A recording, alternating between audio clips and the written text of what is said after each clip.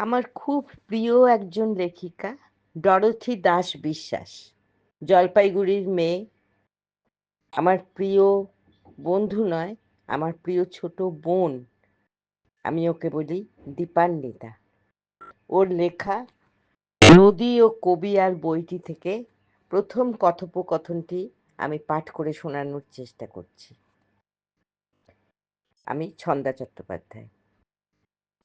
রূপকথা ডানা মেলে প্রহরে প্রহরে, আধো ঘুমে আধো জাগরণে, আবছায়া জড়ো হয়ে অবয়ব নেয় ধীরে ধীরে, স্পষ্ট হয় রূপকথা কথনে মননে।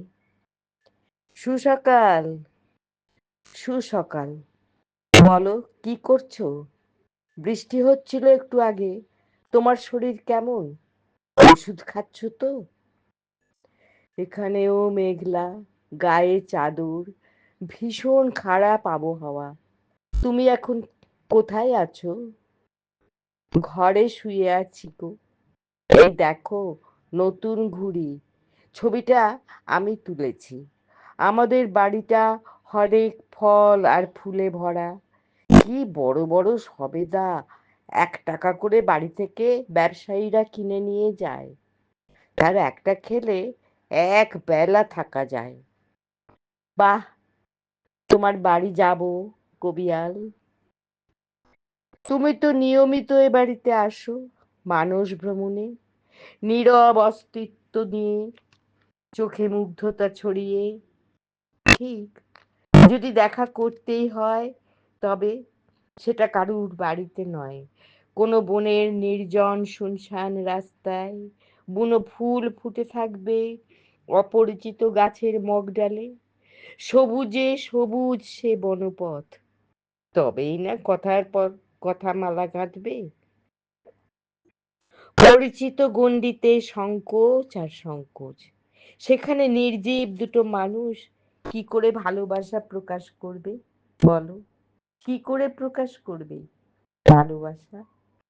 বরং এই ভালো, তুমি সেরে ওঠো, অতিমারি পরাজিত হোক, আমি কলকাতায় ফিরি, তখন না হয় প্রোগ্রাম করা যাবে। প্রেমের ভাষা কেউ লুকোতে পারে না, বিশেষ করে স্ত্রী লোকের চোখে।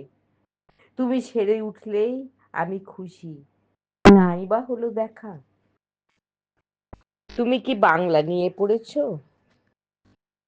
আমি প্রেম নিয়ে পড়েছি। তা না হলে কি করে সবাই আমায় এত ভালোবাসতে চায়? আমি সামান্য এক কৃষক, অবসরে কবি গান করি। পড়ালেখা জানা কত প্রাজ্ঞ স্বজন তো তুমি দেখেছ। সবাই কি সত্যিকারের মনুষ্যগুণ সম্বলিত? তুমি আমাকে কত কষ্ট দিয়েছ 4 মাস, ভুলতে পারিনি তবুও। কষ্ট দিইনি তো, শুধু কথা বলিনি, এই যা। এবার বাইরে বেরুবো, ক্ষেতের দিকে যাব গো, বিলের দিকে, মাঠের কাজে। এই দেখো ডাঁটা শাকের ক্ষেত, কেমন মেঘ করেছে দেখো। হুম, সেটা ঠিক।